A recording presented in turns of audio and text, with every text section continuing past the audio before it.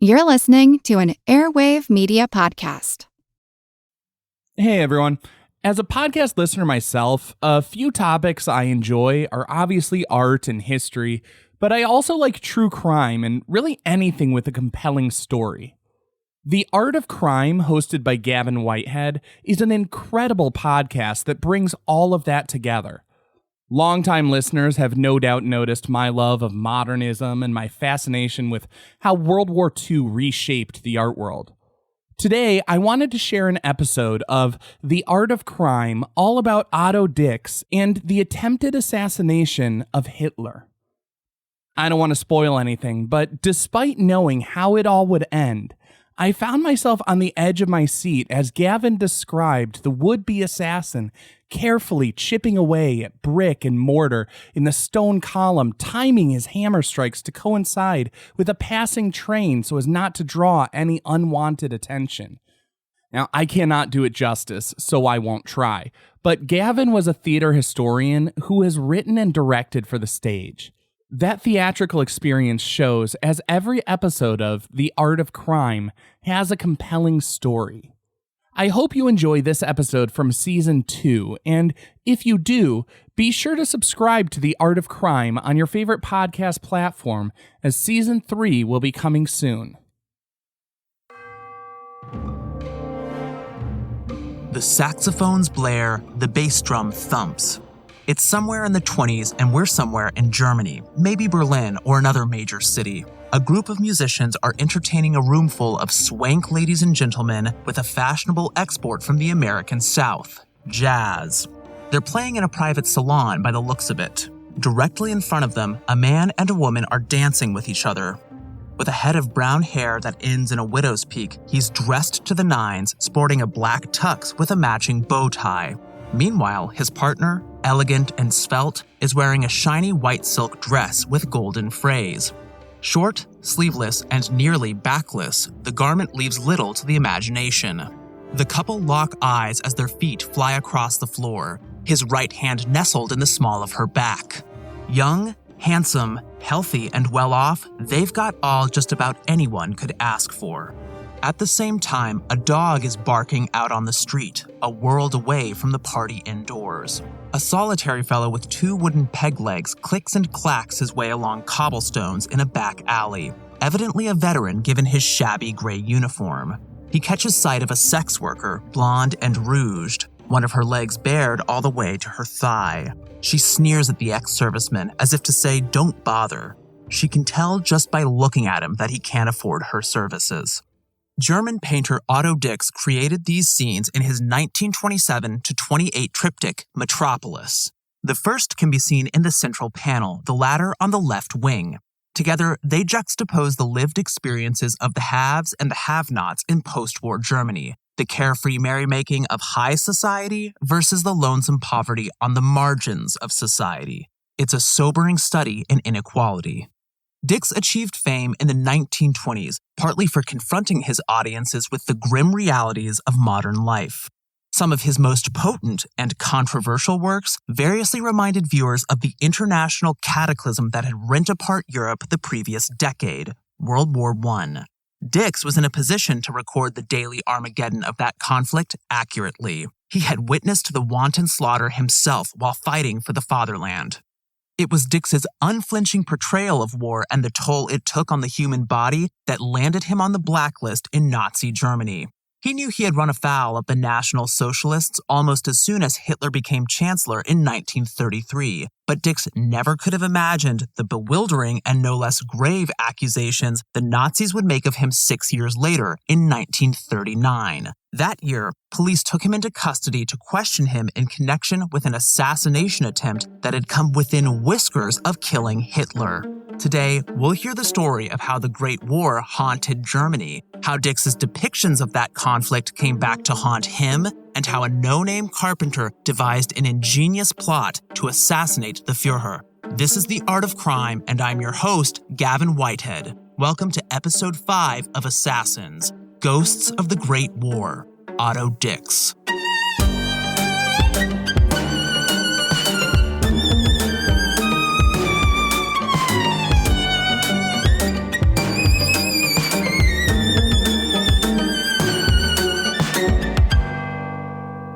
Wilhelm Heinrich Otto Dix came into the world on December 2nd, 1891. Born in the German village of Unternhaus near the town of Gara, he grew up in a working-class family. He discovered his love of the arts during childhood. His cousin, Fritz Amann, 13 years Dix's senior, worked as a painter and introduced him to the craft. Dix paid regular visits to his studio, serving as Fritz's model, surrounded by canvases, brushes, and paints. He later recalled the, quote, wonderful smell of oil paints and lacquers, unquote. From this point forward, there was never much question as to what Dix would do for a career, and he explored various ways of painting throughout his adolescence. In September 1910, aged 18, Dix received a stipend from Prince Heinrich XXVII of Reuss to study at the School of Arts and Crafts in Dresden. It was in this city that he developed his personal style, inspired by avant-garde exhibitions at galleries in town. And it was from this city that he would ship off to the bloodiest war the world had ever seen.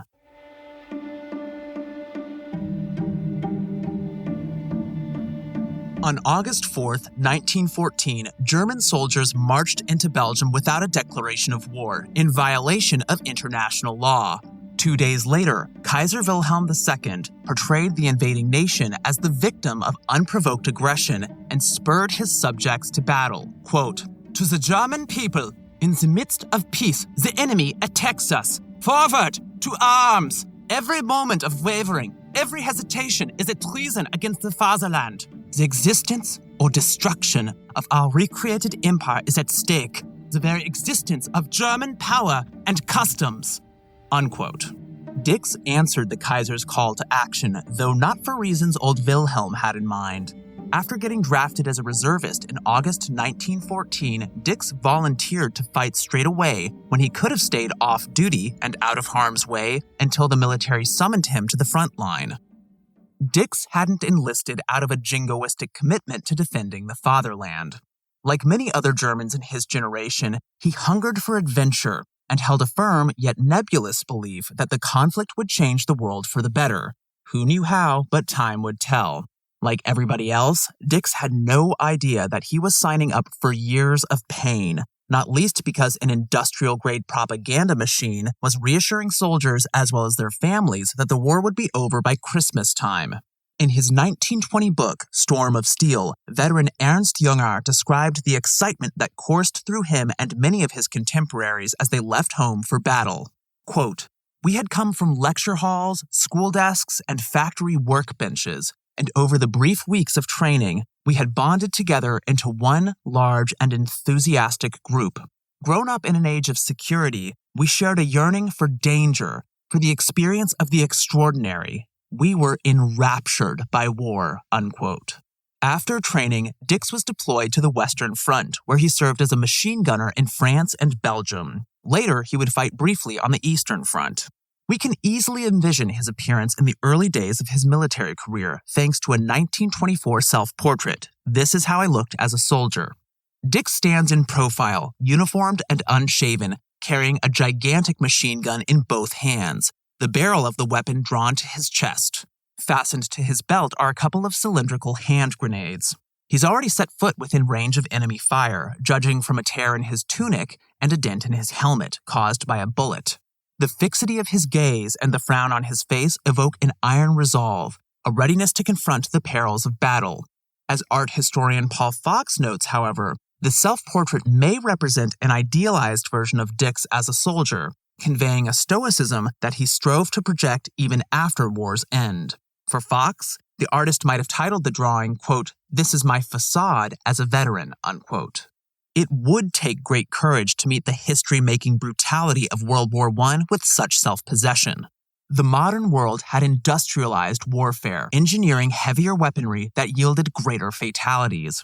Dix remained reticent about his personal actions at wartime, at least with the public, so we have few specifics about the dangers he faced and the damage he doled out with his machine gun.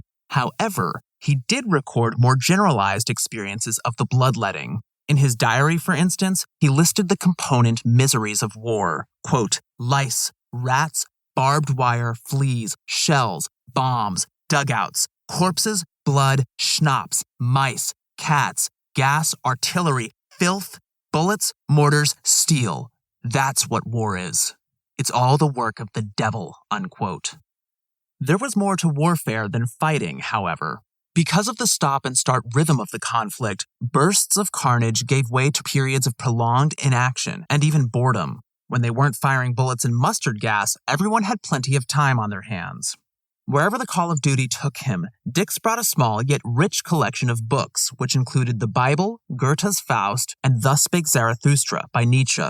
If he wasn't thumbing pages, he was often making art, producing a massive amount during his downtime. By candlelight in his dugout or by daylight in the trenches, Dix completed more than 500 drawings, watercolors, and gouaches. They depict explosions lighting up the night, mangled animals, injured soldiers, shell-scarred landscapes, as well as peaceful scenes from life in the dugout.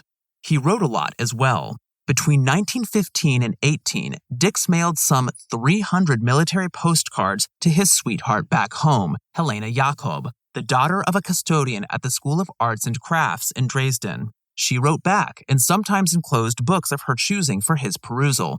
One of Dix's postcards features an oil and pencil image of a bomb crater, a ruined fence in the background. In the accompanying text, he calls such holes, quote, the eye sockets of the earth, unquote. The war would give Dix bad dreams for years, but as far as I know, he never regretted volunteering. Later in life, he maintained that the madness of it all revealed precious truths about human nature. Quote, the war was a dreadful thing, but there was something awesome about it. I didn't want to miss it at any price. You have to have seen people out of control in that way to know anything about man. I think you have to have been right there in the thick of it, unquote. Dix was dismissed from military service on December 22, 1918, having attained the rank of Staff Sergeant, a senior NCO. He made his way to Gara, arriving in time to celebrate Christmas with his parents, no doubt relieved to have their son back safe. Dix came home to a nation transformed. Like other countries around the globe, Germany was going through political upheaval. Weary and humiliated after 4 long years of savage warfare, Germans revolted in the fall of 1918. November 9th of that year witnessed a series of momentous events: the abdication and voluntary exile of Kaiser Wilhelm II, Germany's formal surrender to the Allies, and the proclamation of a new republic with its capital in Weimar. Modern historians refer both to the fledgling government as well as the 15-year period between its founding and the rise of the Nazis in 1933 as the Weimar Republic. To build a quick bridge to contemporary events covered earlier this season, the November Revolution of Germany took place toward the end of the Mexican Revolution, 1910-20, and 1 year after the Russian Revolution of 1917, both of which we talked about in the first episode of this season on David Alfaro Siqueiros. During its infancy, the Weimar Republic experienced economic growing pains of excruciating intensity. Inflation started to pick up speed while the nation's sons were still dying in the trenches, with Germany borrowing colossal sums to finance the war effort. It did so, naturally, under the assumption that the Central Powers would prevail in the end and reap the rewards of greater influence across the continent. Needless to say, the Great War would not turn out the way they wanted. By 1918, Germany had racked up mountainous debts and suffered from dire shortages of life necessities as well as the most basic materials for production. The government faced the enormous challenge of reintegrating millions of soldiers home from the killing fields into society, a challenge that would eat up a good deal of the budget. More on that in a minute.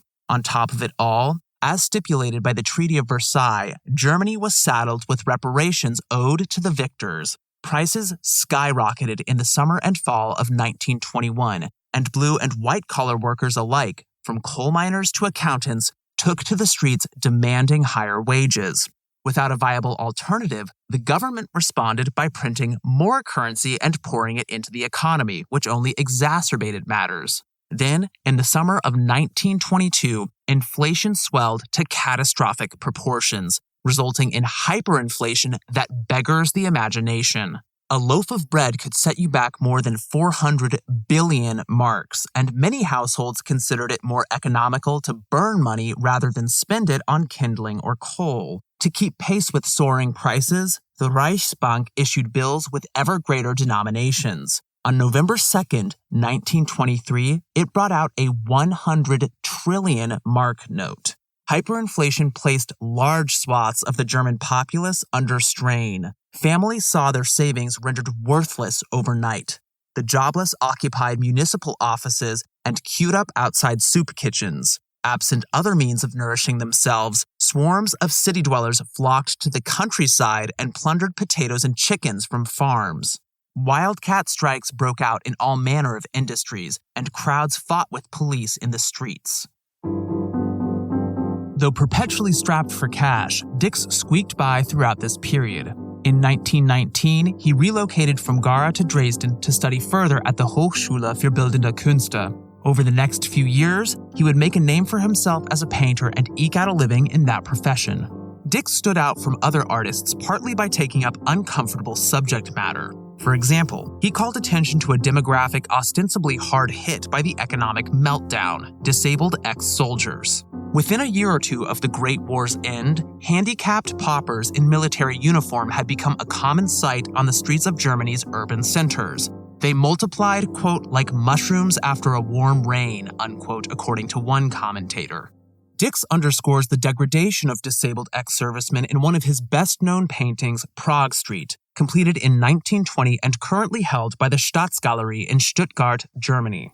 Named for one of the most fashionable shopping boulevards in Dresden, Prague Street confronts viewers with a scene not of thriving commerce but of abject poverty.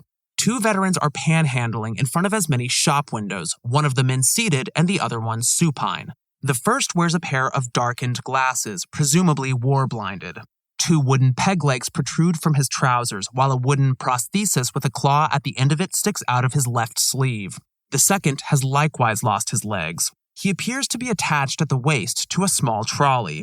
In either hand, he holds a wooden pole, which he uses to push himself around on his scooter. These severe disabilities have rendered them unemployable, Dix implies, forcing them to beg. Together, moreover, disability and penury have dehumanized these men. A dachshund pokes its head out of the lower left-hand corner of the painting, and a leaflet in its mouth declares, Juden raus, Jews out, an allusion to the period's rampant anti-Semitism, which held Jews responsible for losing the war as well as the subsequent economic turmoil. Chronic privation and unemployment have robbed the ex-soldiers of their dignity, Dix suggests, dragging them down to the same level as a dog. Yet disability has done more than reduce these former soldiers to beggars. It has fundamentally altered the nature of their bodies. Consider the ex-serviceman with the prosthetic arm. He's become an amalgam of the organic and artificial, the human and inhuman. Far less compassionate than we might like him to be, Dix portrays the veterans' composite bodies as grotesque and disquieting. In the words of his biographer, Eva Karcher, the Prague Street mendicants resemble, quote, clockwork puppets put together out of spare parts and leftover bits of human debris, unquote. To fit with this theme, Dix has made a painting that itself is a hybrid, a hodgepodge of various artistic media. Employing collage, he has stuffed the shop windows in the background not with painted wares, but real printed materials such as stamps, money, and newspaper clippings. Prague Street offers a grim portrayal of what it was like to live in Germany as a disabled ex-soldier, as does work by several other contemporary artists. However, as historian Deborah Cohen reveals in her book, The War Come Home, these images exaggerate the extent of the problem. In 1919-20, alarmed by Germany's, quote, mass epidemic, unquote, of begging veterans, welfare officials investigated the crisis and made a shocking discovery. The majority of these unfortunates hadn't served in the war. Subsequent inquiries supported these findings. In truth, many of these panhandlers became handicapped in peacetime and discovered that they could ratchet up their takings by donning a uniform and exploiting public sympathy for the war disabled. There were a few World War I veterans among these mendicants, yes, but they hadn't turned to beggary as a last resort. Many held steady jobs during the week and panhandled on Saturdays and Sundays as a way of supplementing their income. As Cohen makes clear, most disabled World War I veterans rejoined the workforce and did so thanks to state-sponsored support. By way of example, she recounts the story of Christian Wilhelm, an Augsburg resident blinded by a Russian hand grenade in July 1917. Years later, he recalled how he first felt about losing his eyesight. Quote, "I thought that the world and everything that it had to offer were lost to me. I could not comprehend what it was like to be condemned to complete inactivity, not to be able to move about freely," unquote. As he recovered from a head injury sustained at the same time of his blinding, Wilhelm passed sleepless nights learning to read Braille. In 1919, he applied through the State Welfare Office to study stenography and typing at the Berlin School for the War-Blinded. The state agreed not only to pay for his training, but also to hire him if he proved capable. He excelled in his new trade, and the Welfare Office gave him the job. In the beginning, Wilhelm took dictations using machines specially equipped with Braille keys. One promotion led to another, and by 1932, Wilhelm had become one of the highest-ranking employees at the Welfare Office, charged with the management of career counseling, job training, healthcare, and housing for his fellow ex-servicemen. He consulted law books written in Braille and only required the help of an assistant while reading incoming and outgoing mail. In an article about his achievements, Wilhelm declared that he had demonstrated his, quote, independence to the greatest possible extent, unquote. Likely without knowing it, Dix fell short of capturing the experience of most disabled veterans with Prague Street. At the same time, the painting unsettled pro-war narratives about the glory of having served in battle. Look at what it gets you when you make it back home, Dix seems to say.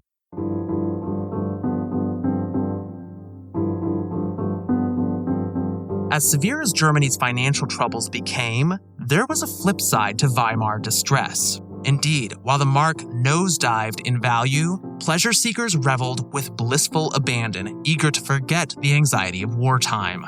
Like other countries across the world, Germany was enjoying the Roaring '20s. Dix took part in the excitement, of course, and he did so alongside the love of his life, Martha Koch. Dix met Martha in 1921. He knew before long that he wanted her as his wife. All she'd have to do was ditch her husband, Hans. Dix made the acquaintance of Mr. and Mrs. Koch in their hometown of Düsseldorf. Hans commissioned him to paint his portrait and further permitted him to crash at their place. A romance flowered between the artist and Martha, a beautiful, dark-haired metalsmith by trade who hailed from an upper-class household. The lovebirds nicknamed each other Jim and Mützli. Punch-drunk in love, Martha left Hans in a matter of months. But you shouldn't feel too bad for him. After all, Hans was having an affair with Martha's older sister, whom he happily married after the separation. Dix wed Martha in 1923, becoming Hans's brother-in-law. Throughout his marriage, Otto philandered on many occasions, but Martha remained his one true love. The couple stayed together for the rest of his life and raised 3 children. Otto embraced fatherhood and painted loving portraits of his daughter and 2 sons as they grew up. Before becoming parents, Jim and Mützli partied hard. They adored music along with dancing. "We drank as well," Martha recalled, "from great big glasses holding a quart or a liter of wine." They busted their boozy moves at home, having bought a phonograph as well as out on the town. The Weimar Republic saw a surge in nightlife, with Germans cutting loose in clubs and cabarets of every variety.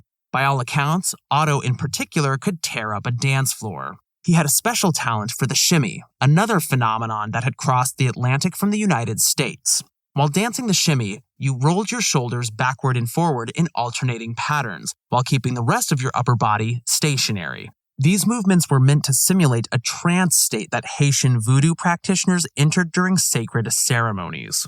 Otto and Martha also relished the delights of a newly sexed-up society. As Eric D. Weitz writes in his fantastic monograph, Weimar Germany, quote, "It's always difficult to say, but at least in the major urban areas, and Berlin in particular, it does seem that a sexual revolution was underway," unquote. Sex reformers advocated the use of contraceptives, and Germans on either side of the political spectrum called for women's access to abortion. Meanwhile, medical doctors published sex manuals meant to help husbands and wives satisfy each other in the bedroom. The sex trade prospered too. Dix frequented brothels in the Ziegelgasse, the red light district in Old City Dresden, fascinated by the idea of sex as pure commodity.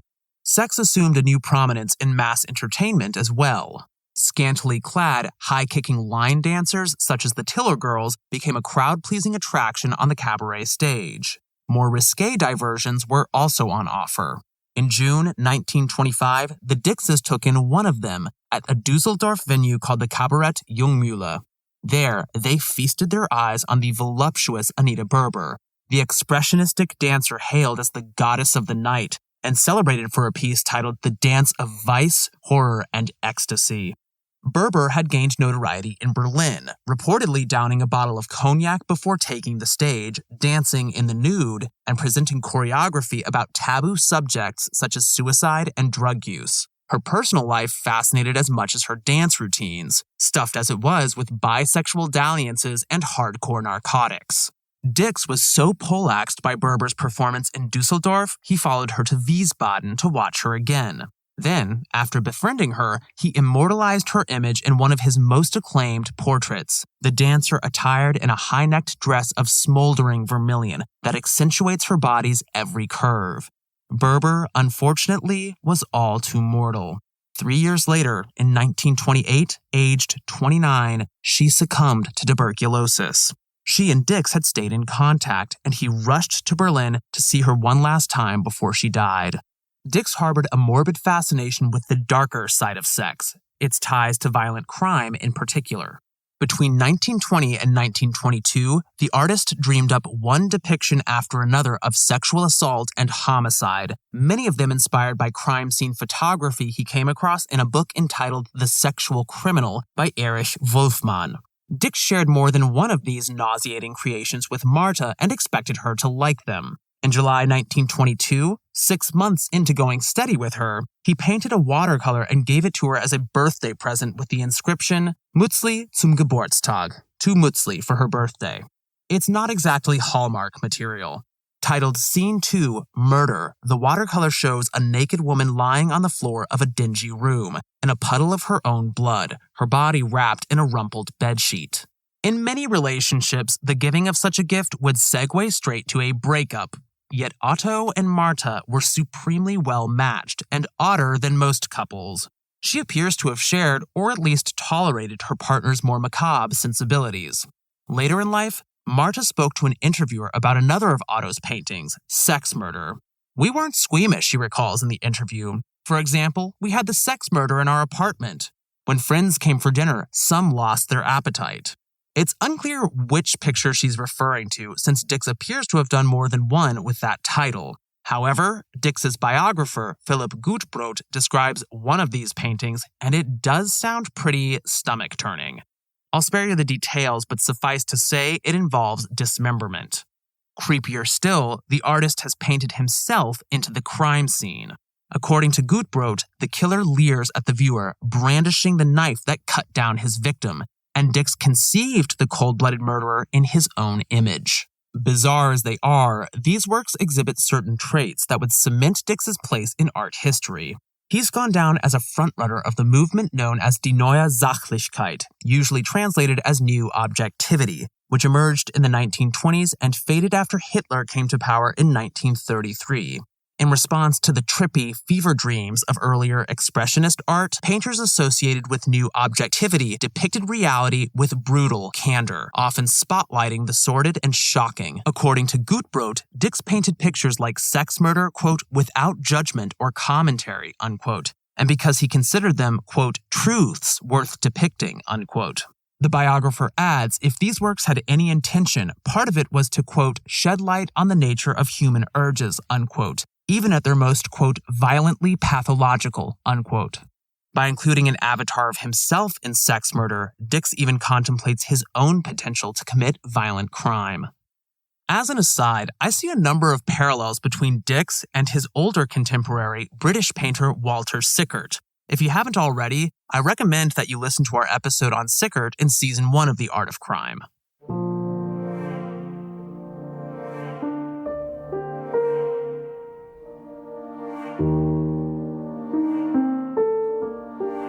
As the 20s roared on, the runaway inflation finally calmed, effectively ruling by emergency decree throughout the winter of 1923 to 24. The government took a number of measures to restore stability.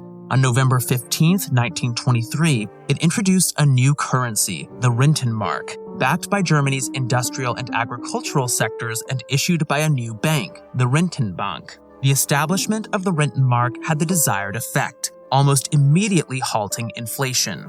Next, the government cut the public payroll by nearly 1/4, laying off temporary employees as well as married women in the first phase of culling. Though this whittling down of the workforce and other strict actions caused plenty of pain, they ultimately steadied the shaken nation, and by early to mid-1924, Germany had by and large regained its footing.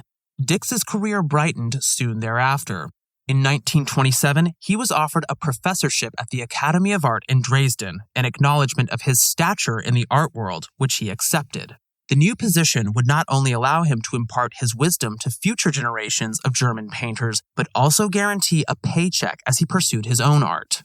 In one respect, Dix thought the nation had grown too sunny.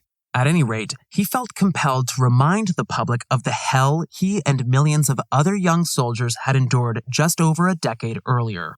In 1929, he commenced perhaps his most famed portrayal of World War I, the War Triptych, which he finished in 1931.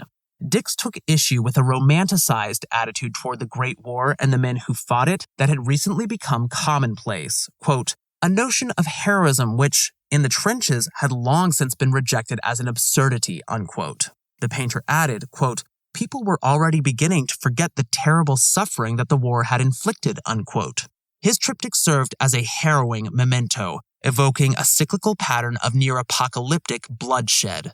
In the left-hand panel, a battalion of soldiers with their backs turned to us head off to combat in the pale light of dawn, a broken wagon wheel lying on the ground in the lower left corner. The central panel depicts the inside of a trench in the middle of a skirmish. Made up of earthy grays, browns, and greens, the picture is at once horrifying and hard to comprehend. To the right, a corpse dangles over the upper edge of the trench, its legs dotted with bullet holes. A skeletal cadaver is suspended in the air, somehow attached to, or perhaps impaled on, a jagged, leafless tree. The sole visible survivor of the slaughter gazes toward the viewer, wearing a gas mask. In the right-hand wing, a soldier traipses back to his dugout at sundown, with fire on the horizon and the body of a comrade slung over his shoulder. At the base of the triptych is another slim panel known as the predella, which features a soldier in a death-like slumber, resting to rise and repeat the ordeals of the previous day all over again. Curiously, Dix didn't regard paintings such as the War Triptych as pacifist in nature, nor did he intend them as political statements. He merely wanted to represent the truth about his subjects, discomforting as it was. Quote, I am neither political, nor tendentious, nor a pacifist or a moralist or anything else, he once declared. Don't bother me with your silly politics, he told a contemporary. I'd rather go to a whorehouse. Bit of a non sequitur, but I mean, okay.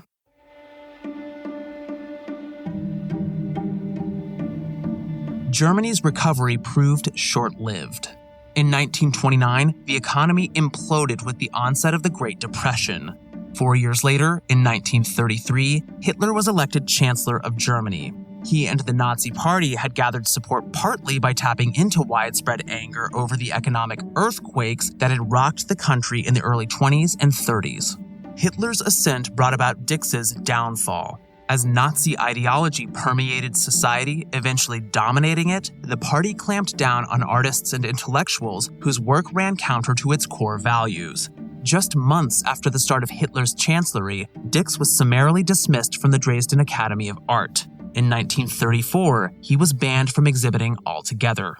Perversely, the Nazis would continue to display his work as an example of what they called entwertete Kunst, degenerate art that corrupted rather than edified. Along with other themes in Dix's painting, his raw depiction of the horrors of war as well as the damaged bodies of disabled veterans rendered him reprehensible in the eyes of the Nazis for at least two reasons. First, they glorified the battlefield and routinely staged military parades and other drum and saber spectacles. Second, they worshipped the Aryan physique, which they could only imagine as able-bodied. In September 1933, an exhibition titled Reflections on Degeneracy opened in Dresden. 4 years later, the cultural wing of Joseph Goebbels' propaganda ministry took the topic further and organized a traveling exhibit called Degenerate Art. It showed in Munich, Berlin, Dresden, and Dusseldorf. The collection included at least two of Dix's paintings, Trench and War Cripples, the first of which portrayed a gut-churning battle scene, and the second of which represented disabled ex-servicemen. Both have gone missing and were probably destroyed. Having his work denounced as degenerate would have stung. It must have felt more like having the wind knocked out of him when the Nazis came knocking to question him about his possible complicity in a plot to assassinate Hitler himself. We'll hear what happened to Dix and the Führer after a quick break.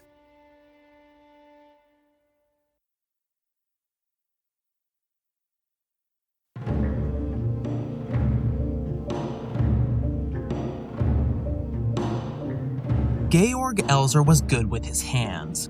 Born in 1903 and bred in a tumultuous household, he discovered his vocation after finishing secondary school in 1917, at which time he began apprenticing as a cabinet maker. Scrupulous, patient, and blessed with an inborn gift for woodworking, Elser had all the skills necessary to succeed as a carpenter. After graduating top of his class at the technical school in Heidenheim and hitting the road to job as a journeyman at the age of 22, he made a modest living making whatever needed making: furniture, clock housings, and even wooden propellers. In the winter of 1938 to 39, Elser built a bomb. By the early 1930s, Elser had developed a fulminating hatred of the Nazi Party. We have limited insight into why he felt this way. What is clear, however, is that Elser's sympathies lay with the Communist Party.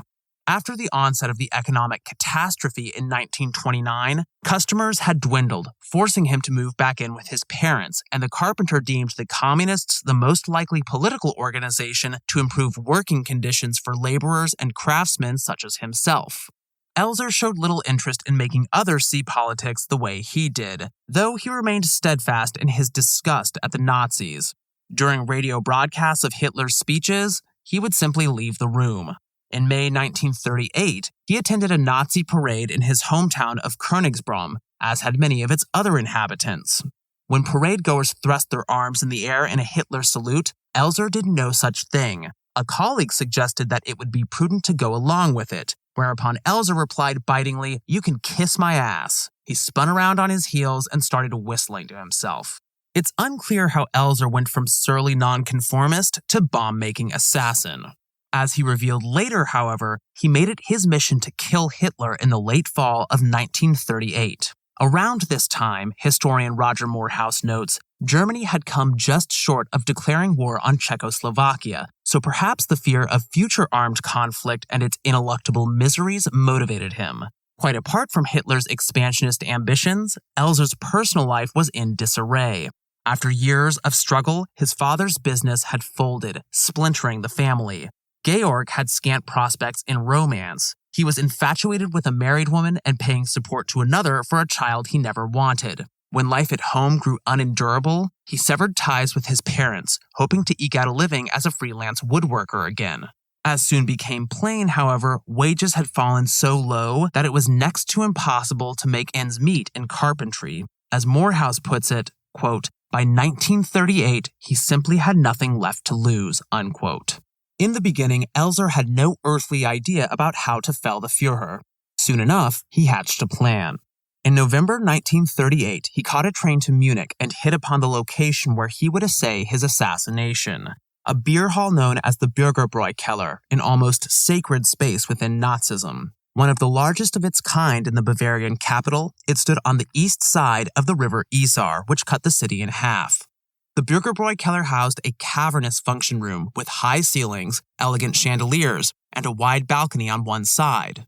Outfitted with a set of long, wooden trestle tables, the hall could seat as many as 3,000, and for this reason, it acted as one of Munich's favored venues for public lectures and political meetings. On November 8, 1923, it became the epicenter of a coup d'etat. It was the events of that evening that would solidify the Bürgerbräukeller's status as something of a hallowed site to the Nazis. It was packed to capacity with Munich's biggest bigwigs, from bankers to businessmen, politicians to newspaper editors. They had assembled to hear an address marking the 5th anniversary of the November Revolution and thus the birth of the Weimar Republic. Hugging the rear wall, however, was a sallow-faced fellow with different ideas about what would transpire. A familiar face in Bavarian politics, he answered to the name of Adolf Hitler, and he led a local pack of rabid nationalists called the National Socialist German Workers' Party, the Nazis for short. In his mid-30s, Hitler had a pale complexion, piercing blue eyes, chiseled cheekbones, and that ghastly little toothbrush mustache of his. He had come to the Bürgerbräu Keller attired in a dark and ill-tailored morning suit, his hair slicked flat against his scalp. Hitler's objective was simple, on paper at least. He would overthrow the government and institute a new one with himself as its leader. If the power brokers in attendance at the Bürgerbräu Keller cooperated with him, he would reward them with ministerial posts. About 30 minutes into the keynote speech, his plan went into action. Hitler jostled his way forward, flanked by stooges. Meanwhile, a cadre of Nazi stormtroopers threw open the main entrance to the establishment and hauled in a machine gun. The distinguished speaker trailed off into stupefied silence, while spectators whispered among themselves, some craning their necks to get a look at what was happening. Hitler sprang onto a chair, fired a pistol into the ceiling, and called for quiet. "The national revolution has begun," he proclaimed. It ended less than 24 hours later. Hitler's followers had scored victories in the initial phase of what became known as the Beer Hall Putsch. Apart from occupying 3 additional beer halls in Munich, they had seized control of the Bavarian War Ministry as well as the headquarters of the change-making newspaper, the Münchner Post. The following afternoon, some 2,000 Nazis marched on the Feldherrnhalle in the center of Munich, with Hitler in their midst. When the putschists came face-to-face with the police cordon just meters away from their destination, however, a melee ensued, and the authorities succeeded in quashing the insurrection. By the time the gunfire had ceased, 4 policemen lay dead, along with 16 Nazis. Hitler was arrested, his party outlawed. The putsch propelled him into the national spotlight, to be sure, but most observers assumed that he would amount to no more than a footnote in history. They could not have been more mistaken.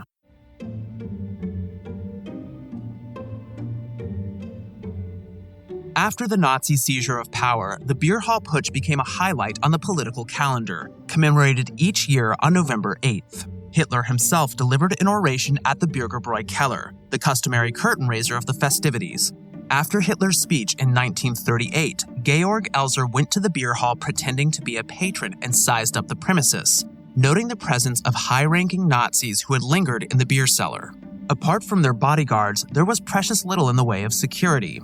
After Elser boarded a train for home, a plot took shape. He would build a bomb, plant it in the Bürgerbräu Keller, and detonate it in the middle of the dictator's speech, blowing him and as many Nazi notables as possible to oblivion. Elser would strike on November 8th of the following year, 1939. There was just one problem. Elser hadn't the faintest clue as to how to build a bomb. That being said, he did have some inkling of the hardware he would require and how he could procure it. First, he pilfered a fuse and a supply of gunpowder from his employer, a munitions manufacturer in Königsbronn. Next, he lined up another job in a quarry, where shortly after his hiring, a quantity of explosives as well as a detonator mysteriously vanished. Nobody thought much of the disappearances, nor did anyone attribute them to that quiet new quarryman who kept to himself. Elser moonlighted as a bomb maker for the next few months, constructing prototypes and blowing them up in the fields near his home. Come springtime, he traveled back to the Bürgerbräu Keller for further reconnoitering, returning home with detailed measurements and hand-drawn schematics of the function room. It was during this visit that Elser settled on where to conceal the bomb. Hitler would deliver his address from a podium on a dais at one end of the room. Behind the lectern was a large stone pillar buttressing a gallery that ran the length of the wall up above. Exploding the column, Elser concluded, would not only end Hitler and anyone else in the immediate vicinity, but also bring the balcony crashing to the floor, kicking up the death toll. Elser never breathed so much as a syllable about his machinations to anyone as he ran his experiments and refined his plans. Something of a loner even before he started tinkering with explosives, Elser had few close friends, making it easier to keep his secret. Still, questions arose from time to time. Asked what he was laboring over, Elser stayed vague and replied, "An invention." At one point, a colleague inquired if his brainchild were an alarm clock designed to ring and light up when it went off. Yes, something like that, the bomb maker responded. In early August 1939, some 3 months before his intended assassination, he booked a train to Munich. With him, Elzer took a large wooden chest. If anyone had stopped him and searched his luggage, they would have found it packed with tools no carpenter would leave home without: hammers, saws, files, and so forth. Yet his baggage held more than routine equipment, and only the most thorough inspection would have detected its secret contents. Elzer had constructed a hidden compartment inside his chest, which contained his homemade bomb plus 50 kilograms of explosives, a half-dozen clock movements, detonators, wire, and finally a battery. After registering with the authorities under his given name in Munich, Elzer procured lodgings and got down to business. Planting the bomb required both patience and the utmost secrecy. Elzer went about it as if he were a factory worker, clocking in and out at the same time every day. Circa 9 o'clock each night, he took his dinner at the Bürgerbräukeller. After cleaning his plate, he snuck up to the gallery in the main hall and hid inside a storeroom, emerging as soon as the bar closed for the night. Then he set to work by flashlight. Shortly before staff unlocked the front door around 7:30 a.m. the following morning, he packed his supplies and slipped out the back. Elzer's first task was to chip out a cavity inside the pillar that would hold the explosives. To his dismay, he discovered that since conducting reconnaissance earlier that year, the pillar had been dressed with thick wooden cladding. Elzer had no choice but to saw his way through. He toiled as quietly as possible, muffling every push and pull of his saw. He also took care to conceal any evidence of his labors, collecting and discarding every mote of sawdust that fell to the floor. After 3 arduous nights, Elzer had fashioned a removable panel virtually invisible to the naked eye, each of its sides flush with the wooden cladding around it. Finally able to get a purchase on the column, Elzer began hollowing out a recess for the bomb. This stage of the scheme would take the better part of a month. With the help of a hand drill plus a hammer and chisel, he loosened mortar and wrenched free bricks bit by bit, tucking the detritus into a sackcloth. The work was monotonous and nerve-wracking all at once. Every blow of his hammer rang out like a gunshot in the gigantic beer hall. For fear of detection, he timed his hammer falls so that they coincided with other noises, the passing of a locomotive outside or the automated flushing of the Bürgerbräukeller's toilets inside. Almost 2 months after beginning work in earnest, the bomb was in place. To ensure that it went off at the correct time, Elzer created an intricate timer and linked it with the detonator, allowing him to determine the exact moment of the explosion. Then he encased the timing mechanism inside a wooden box so as to dampen the telltale ticking it produced. He set the bomb to detonate at 9:20 p.m., the night of November 8th, right in the middle of the Führer's speech.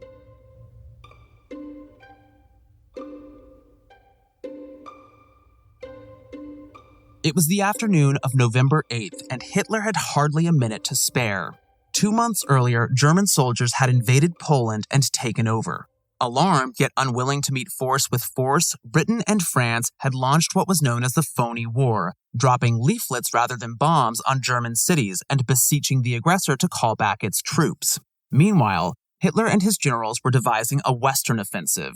3 days before his appearance at the Bürgerbräukeller, on November 5th, Hitler had authorized a strike on France, scheduled for the 12th of that month and designated as X-Day. 2 days later, on November 7th, however, he rescinded the order on account of an unfavorable weather forecast. Hitler and his aides would make a final decision on when to attack on November 9th, the day after his Bavarian junket. He had toyed with the idea of canceling the oration at the Bürgerbräukeller altogether, but he knew he couldn't. The anniversary of the ill-fated beer hall putsch meant too much to his supporters. Hitler resolved to give his speech as per usual, but he made clear that he intended to return to Berlin that night so he could be back for the X-Day deliberations. To accommodate his itinerary, it was decided to shorten the beer hall program and move everything up. Hitler's speech would now commence at 8 o'clock p.m. The beer hall was buzzing before he arrived. Horns and drums blasted military anthems, with some 3,000 audience members seated at long tables laden with bratwurst, bread rolls, and beer. Most in attendance sported the gray of the German army, the Wehrmacht. The hall fell silent as Hitler strode into the Bürgerbräu Keller, accompanied by propaganda minister Joseph Goebbels, along with other prominent Nazis. Some men in the galleries stood on tables to get a clear view. After a formal greeting and a couple of heils, Hitler took his place behind the lectern, swastikas emblazoned on flags hanging behind him. Elzer's explosive ticked inside the pillar, imperceptible to the enormous crowd. Allowing a pause for dramatic effect, Hitler began by paying tribute to the veterans of the 1923 Putsch, many of whom were in attendance. Subdued at first, he grew more animated as he turned his attention to current events, especially foreign policy. He bemoaned Germany's unjust treatment by the English and professed the Third Reich's superiority in all areas, including the arts. Quote, "The English cannot tell us Germans anything about culture. Our music, our poetry, our architecture, our paintings, our sculptures can more than stand comparison to the English arts. I believe that a single German, let us say Beethoven, achieved more in the realm of music than all Englishmen of the past and present together," unquote. As his blood ran hotter, Hitler dished up his trademark histrionics, rolling his eyes heavenward, clenching his fists, and clutching his chest. He brought his remarks to a defiant climax, extolling the extraordinary might of the Wehrmacht and predicting that it would outbattle its foes. The oration met with thunderous applause. Yet Hitler had pressing business to attend to, and tonight was not the night to put back a beer with the quote-unquote old fighters. He took his leave almost immediately, destined for the train station. It was 9:07 p.m. Within 12 minutes, some 2,900 of the 3,000 spectators had gulped down their drinks and filed out of the bar. Those who remained were mostly musicians disassembling their instruments and putting away sheet music, as well as staff members getting ready to close. At precisely 9:20, the timer stopped ticking and the bomb went off. The central pillar crumbled in a heartbeat. The gallery collapsed. A wall of dust and smoke rushed through the room, temporarily blocking the fallen masonry from view. Windows shattered and doors burst open as a shockwave surged through the structure. The tables nearest the pillar were reduced to splinters, the dais and podium crushed beneath debris. The blast killed 3 instantaneously and wounded an additional 67, 5 of whom died of their injuries later. The bomber's target had walked away unscathed, but given the scale of the destruction, the assassin almost certainly would have succeeded if the beer hall festivities had started at the usual hour. If this were the case, Georg Elzer missed killing Hitler by 13 minutes.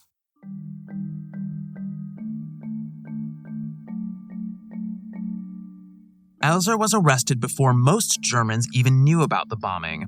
At about 9:40 on November 8th, the night of the attack, he arrived at the Swiss frontier with the intention of crossing over. He had decided to enter Switzerland at this point because he had found it unguarded the previous year while scouting out the area and planning his getaway. Yet much had changed in the past 12 months. Europe was at war, and now, to his chagrin, Elzer discovered the area tightly controlled. He would have to make a break for it and hope to high heaven that nobody spotted him. Before he could, however, 2 German patrolmen caught sight of him loitering near the fence. Asked what he was doing, he feebly replied that he was looking for someone. The border guards offered a helping hand and invited him into their post. His heart sinking, Elzer accompanied them inside, casting one last look over his shoulder as he stepped over the threshold. During routine questioning, they asked Elzer to empty his pockets. He might as well have handed over a signed confession to the attempt on Hitler's life. Elzer was carrying a pair of pliers to cut a hole in the fence, a postcard depicting the Bürgerbräu Keller, a Communist Party badge, a fuse, and a meticulous blueprint of his bomb. Sensing a threat, the border patrols transferred Elzer to the Gestapo for further interrogation. And when news of the explosion in the Bavarian capital made its way to them, Elzer seemed a prime suspect. By the following morning, he was en route to Munich. 5 days after his capture, on November 13th, Elzer cracked and made a confession. He told the whole truth, but hardly anyone could believe it.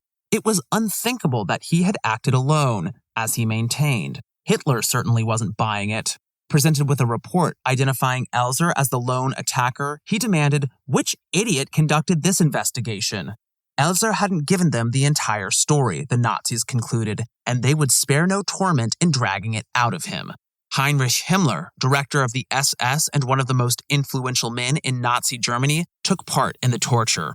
According to one eyewitness, quote, "With wild cries, Himmler drove his boots hard into the body of the handcuffed Elzar. He then had him removed by a Gestapo official and taken to the lavatory, where he was beaten with a whip or some similar instrument until he howled with pain. He was then brought back at the double to Himmler, who kicked him and cursed him," unquote. Despite repeated torture and even hypnosis, Elzar stuck to his story. Meanwhile, the Nazis were scouring every corner of the Reich for possible accomplices. In the days immediately following Elzar's detainment, the authorities arrested more than 100 suspects.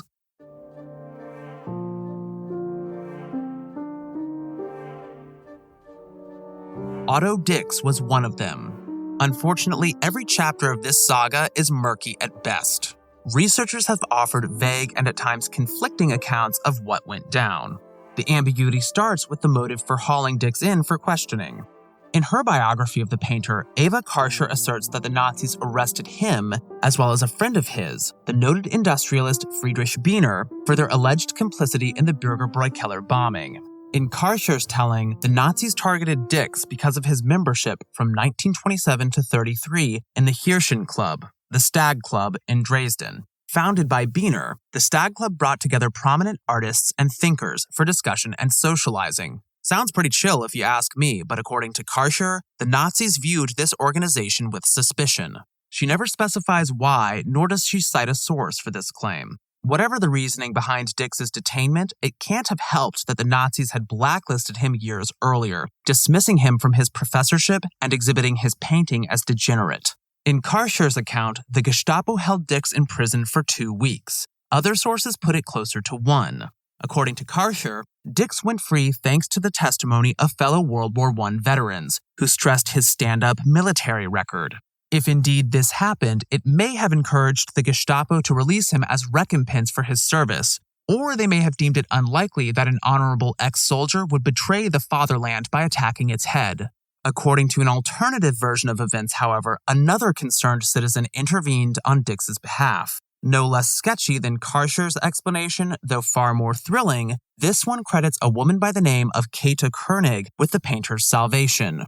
12 years prior to his arrest, in 1927, Koenig was working as a court clerk in Dresden when she became Dix's mistress. His wife, Martha, always held pride of place in his heart, yet Dix had powerful feelings for Koenig as well. On October 5, 1939, she bore him a daughter named Katharina, despite his exhorting her to seek an abortion. From then on, Dix would treat Käthe and Katharina as a second family, visiting them in Dresden on a regular basis. At the time of the artist's detention by the Nazis, Koenig reportedly held a job as a court usher, which put her in a position to secure his freedom. By some enigmatic act of cunning, she got her hands on key records related to Dix and made them disappear, a gambit that may just have saved his skin. You can hear this story in a documentary called Otto Dix, The Artist is the Eyes of the World, directed by Rainer E. Moritz. You can watch it on YouTube, and there's a link in the show notes. In case you are wondering, the documentary makes no mention of either the Stag Club or the veterans who supposedly vouched for Dix. Whatever the case, the police would have come to the inevitable realization. There was no evidence linking Dix to the assassination attempt whatsoever. This, more than anything, must have led to his release.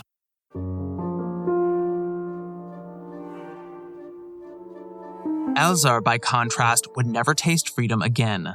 Without standing trial for his offense, he went from the Gestapo headquarters in Berlin to the Sachsenhausen concentration camp in Oranienburg, where he remained in confinement from early 1941 to 45. On April 9th of that year, with Germany's defeat imminent, Elzar was shot in the back of the neck, his body cremated at Dachau, outside Munich. It was common knowledge that resisting the Nazis could cost you your livelihood and even your life, as it had Elzar's. For this reason, Dix kept a low profile under the dictatorship, not wanting to aggravate the regime more than he already had. He stopped painting people altogether, turning instead to the anodyne genre of landscape. Quote, "Landscape painting was a sort of inner emigration for me at the time," he remembered later. That's immigration with an E. But you can make something out of any object. And anyway, it was something entirely new. In Killing Hitler, Roger Morehouse reveals that countless others went the way of the inward exile after the Nazi takeover, seeking, quote, a form of moral and intellectual self-sufficiency that did not openly challenge the regime, but rather sought to avoid its attentions by effecting a withdrawal from all public and political participation, unquote. Dix may have steered clear from politics, but some historians see a somber allusion to the Nazi agenda in at least one of his landscapes. Completed in 1935, it shows a lonely graveyard in wintertime, the ground covered with snow, the sky overcast, a towering mountain in the distance. It's a scene that could come from any number of places. Only the title of the picture identifies the location: Jewish Cemetery in Rondeg in winter. Next episode, we're off to post-war Tokyo, where an accomplished landscape painter became embroiled in one of Japan's most enduring murder mysteries. You've been listening to The Art of Crime, created, written, and narrated by yours truly, Gavin Whitehead. Liam Bellman Sharp edited sound and composed the score. Last but not least, 1,000 thanks to research and production assistant Ken Symphonies. The Art of Crime is part of the Airwave Media Network. To find out more about their excellent programming, visit www.airwavemedia.com. If you like what you heard on The Art of Crime, please tell the world, by which I mean everyone you know, plus the occasional stranger. Also, if you can, take a moment to rate and review the podcast. It goes a long way in helping others find out about the show. Finally, all throughout history, artists have relied on the support of patrons to make their work. The same holds true for podcasters making shows about historical artists, so please consider making a donation at www.patreon.com/artofcrimepodcast. Every bit counts and is massively appreciated. As a reminder, be sure to check out the Art of Crime website at www.artofcrimepodcast.com. It features all kinds of images relevant to the show, including maps, drawings, paintings, photographs, sheet music, and more. You can also follow us on Facebook at Art of Crime Podcast, Instagram at Art of Crime Podcast, and Twitter at Art of Crime Pod. If you have questions, comments, or feedback, please don't hesitate to drop me a line at artofcrimepodcast@gmail.com. Thanks for listening, and until next time.